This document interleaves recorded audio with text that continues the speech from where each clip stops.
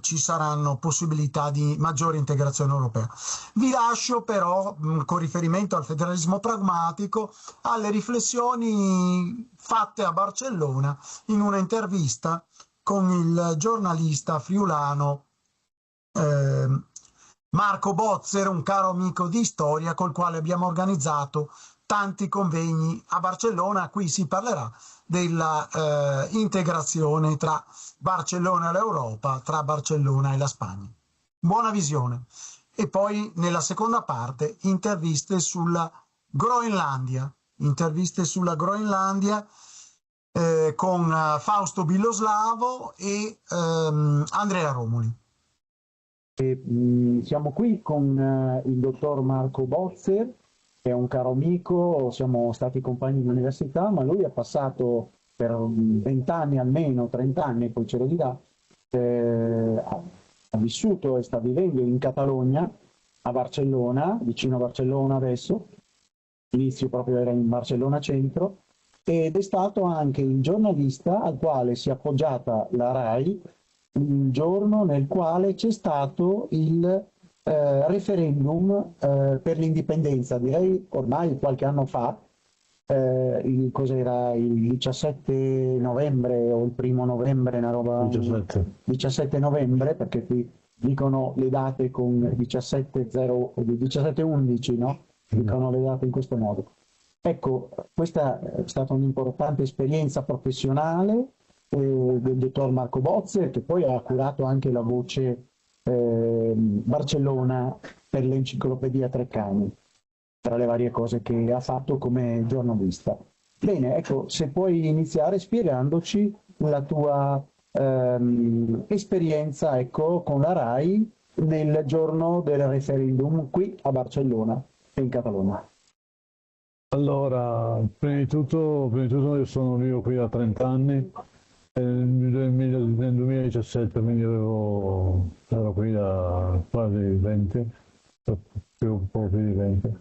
E praticamente ho fatto da fixer, da producer per la troupe del TG1 della RAI durante i giorni del referendum del 1° ottobre. Per cui è stata tutta una serie di seguimenti fatti da me e dalla giornalista Maria Lucrezio sulle cose più salienti, diciamo, della giornata. Naturalmente per far capire al pubblico italiano quello che stava succedendo era molto difficile, è stato molto difficile perché si sa che un servizio in TG1 dura 1 minuto e mezzo, si devono parlare di molte cose, bisogna introdurre nel settore di quello che sta succedendo veramente nella città, in questo caso una città, perché in realtà tutta Spagna, tutta la Catalogna c'è stato questo molto movimento, molto tensione. Per cui così cercare di parlare del clima che c'era quei giorni a Barcellona. Ho chiamato un giornalista dell'Avanguardia, Raul Montilla, che ha potuto spiegare un po' in linea di massima la giornalista che arrivava a Barcellona senza sapere esattamente quello che si stava facendo, perché nessuno lo sapeva, quello che stava facendo tra i bastidores, si chiamava, dietro la tenda. Per cui conoscere il fatto, conoscere da parte, diciamo, più segreta, in ogni caso è sempre stato un lavoro molto duro fatto dalla giornalista che ha potuto eh, parlare di tutto questo con tutti i principali protagonisti della giornata. Tu gli hai fatto incontrare anche una famiglia divisa un po' tra l'indipendentismo e chi invece non vedeva bene queste cose qui da queste parti, in Catalogna mi pare. Sì, sì, vicino a Vic siamo riusciti a parlare con una famiglia di catalani che la settimana prima del referendum, con la scusa che poteva essere l'ultimo fine settimana passato dai cittadini spagnoli.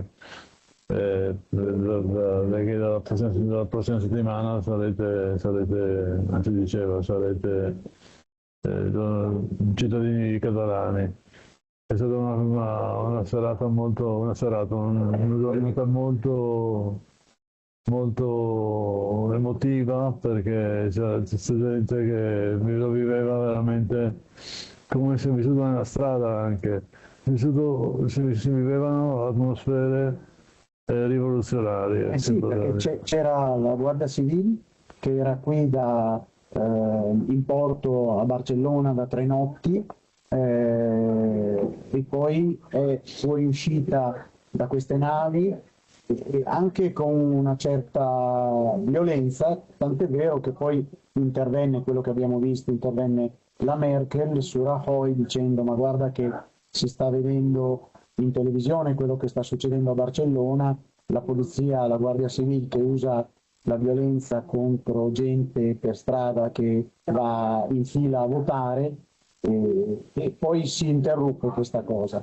Però ecco, avete avuto episodi di questo tipo, cioè si vedevano interventi della polizia, no? Sì, abbiamo visto. Guardia Civile o Guardia Civile? Guardia Civile e polizia. E polizia. Perché qua ci sono questi catalani che non hanno fatto violenza, non hanno fatto niente.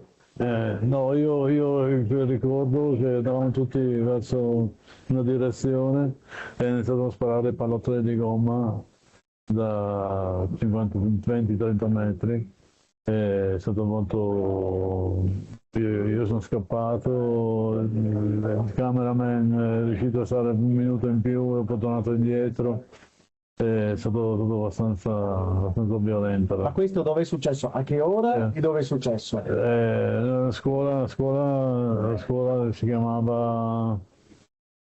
In una scuola comunque a Barcellona dove c'erano i seggi elettorali, no? Dove c'erano i seggi elettorali. Quindi hanno disperso la gente che stava andando a votare. Sì, esattamente. E l'orario? L'orario era alle 11 più. Alle 11, sì, perché dopo a mezzogiorno pare che abbia telefonato la Merkel.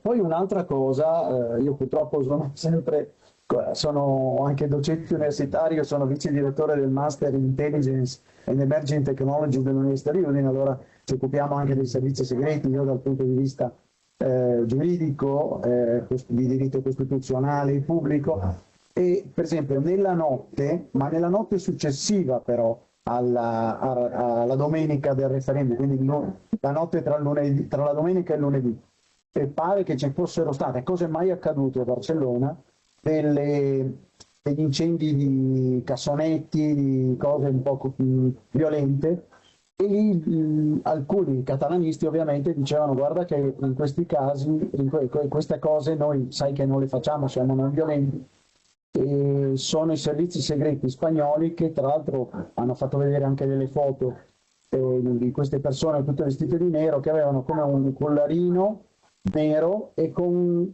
i colori della Spagna, in questo collarino. E sembrava che ci fossero stati questi interventi come per far vedere che c'era una situazione di protesta quasi violenta, ecco.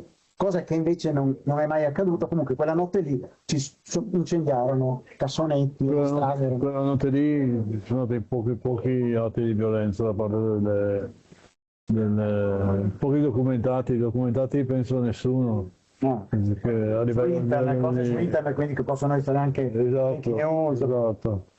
Per cui c'è stati incidenti dopo la volta della sentenza perché hanno, È il Tribunale Costituzionale che ha bocciato, no? No, quella indicata che quando 24 ore ha detto che il referendum era illegale, quello? No, No? questa dopo, più avanti, quando è stato dettata la sentenza del Tribunale Costituzionale ed era, come dire,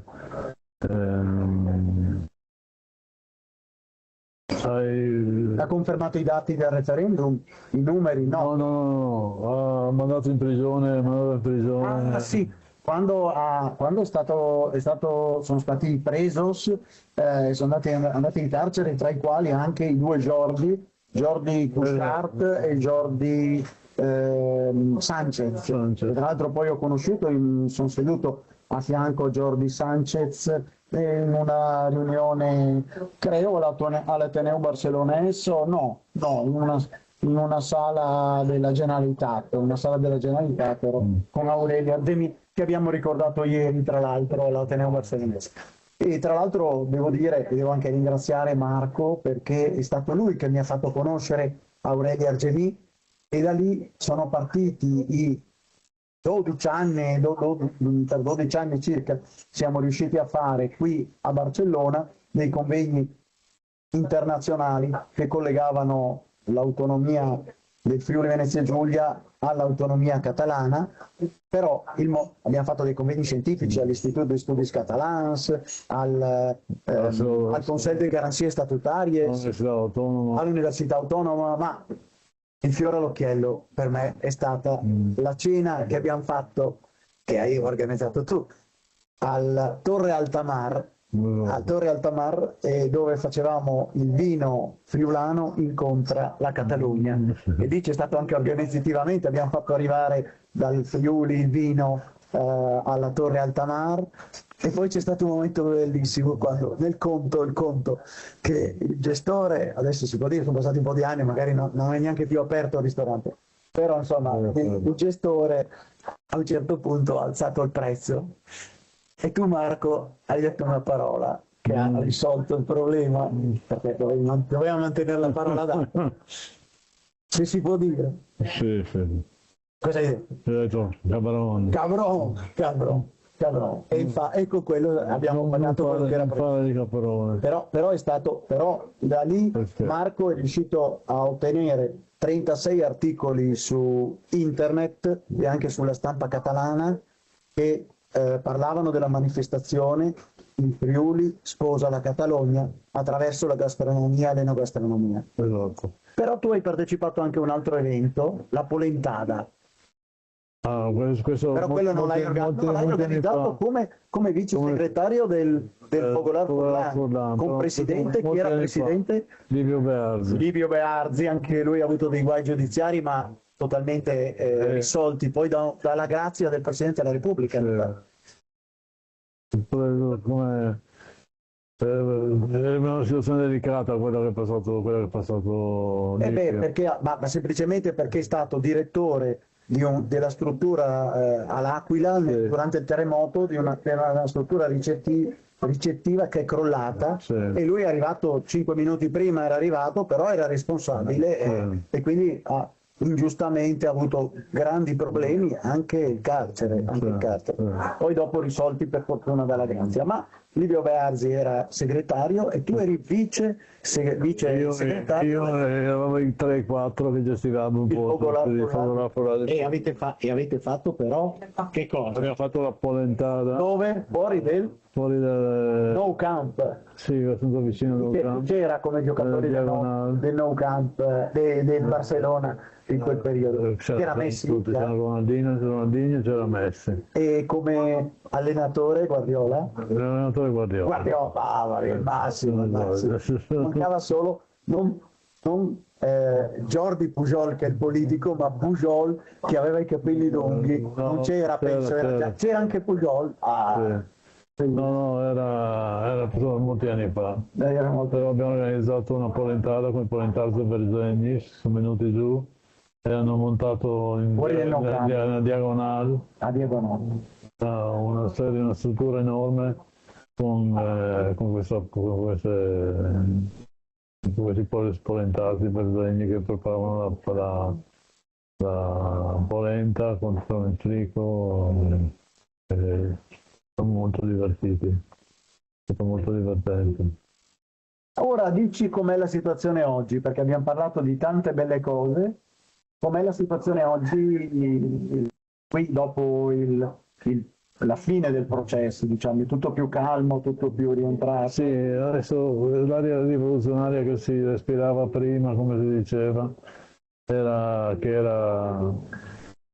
un'aria veramente di novità e di una ventata di illusione, soprattutto da parte della gente per strada, della gente catalana.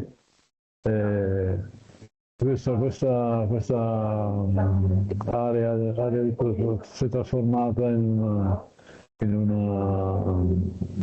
un'area molto mogia, molto dimessa, che adesso è difficile riconoscere la Barcellona di allora con la Barcellona di adesso. Adesso le marce che fanno per il giorno della Catalogna ci sono 2000 o 5000 persone. E prima c'erano milioni di persone. C'era mezzo milione di persone per strada, cosa che adesso è improponibile, nessuno ci crederebbe, ci dovrebbe passare molto tempo ancora prima di riprendere in mano la situazione. Bene, direi che siamo arrivati alla conclusione, però vorrei chiederti due cose su due passioni, perché poi sei stato sempre molto professionale nei nostri convegni e ci hai sempre guidato in tutto, anche con delle categorie culturali, perché sei laureato in scienze politiche, quindi ci hai guidato in tutto, ecco. Però ci hai guidato anche in due cose interessanti.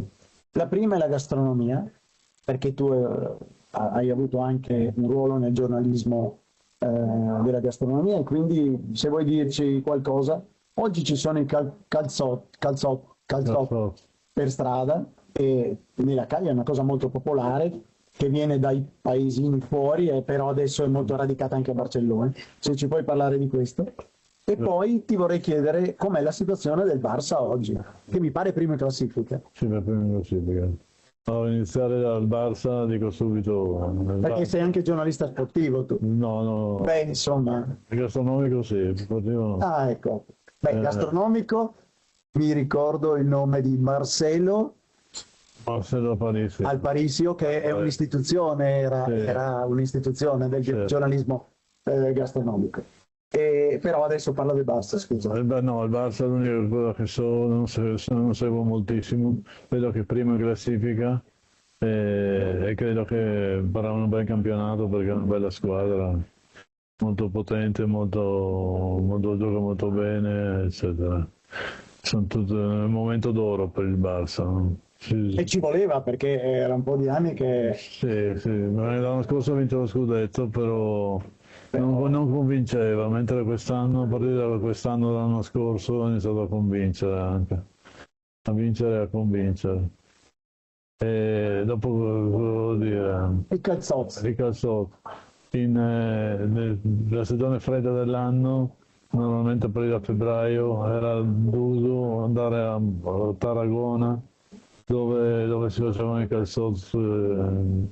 Adesso si fanno anche non solo a Tarragona, però si fanno anche nel resto della Catalogna, come tradizione in tutti i vari ristoranti dove dove fa cosa alla brace e si mangia i carciofi. Questi sono dei cipollotti che si intingono su una salsa romesco che va delle mandorle, di pomodoro, di aglio e di altre cose.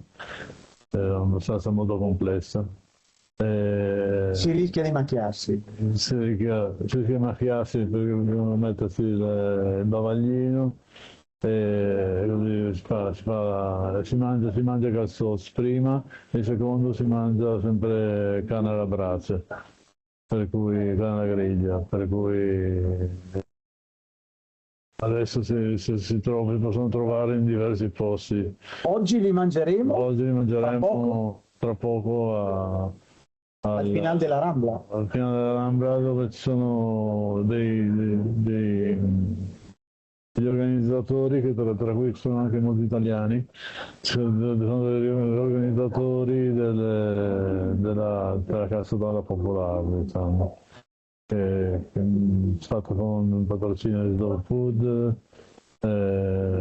con molta gente normalmente riunita, che si riunisce a provare questi sauce.